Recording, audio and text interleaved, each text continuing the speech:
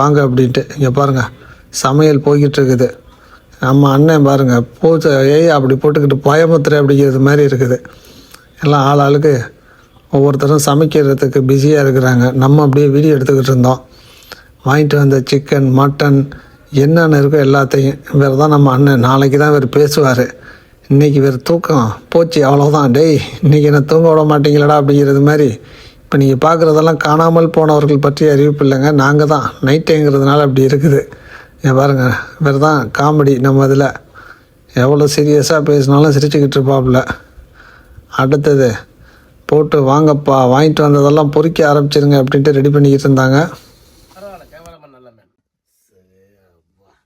துபாயில் வேலை பார்க்குற நமக்கெல்லாம் வாரம் ஃபுல்லாக நீங்கள் நினைக்கிறது மாதிரிலாம் ஜாலியெல்லாம் இருக்க மாட்டோம். வேலைன்னு ஓடிக்கிட்டே இருக்கிறப்ப இந்த வாரத்தில் ஒரு நாள் இப்படி நண்பர்களோட வெளியே வர்றதான் பெரிய சந்தோஷம்.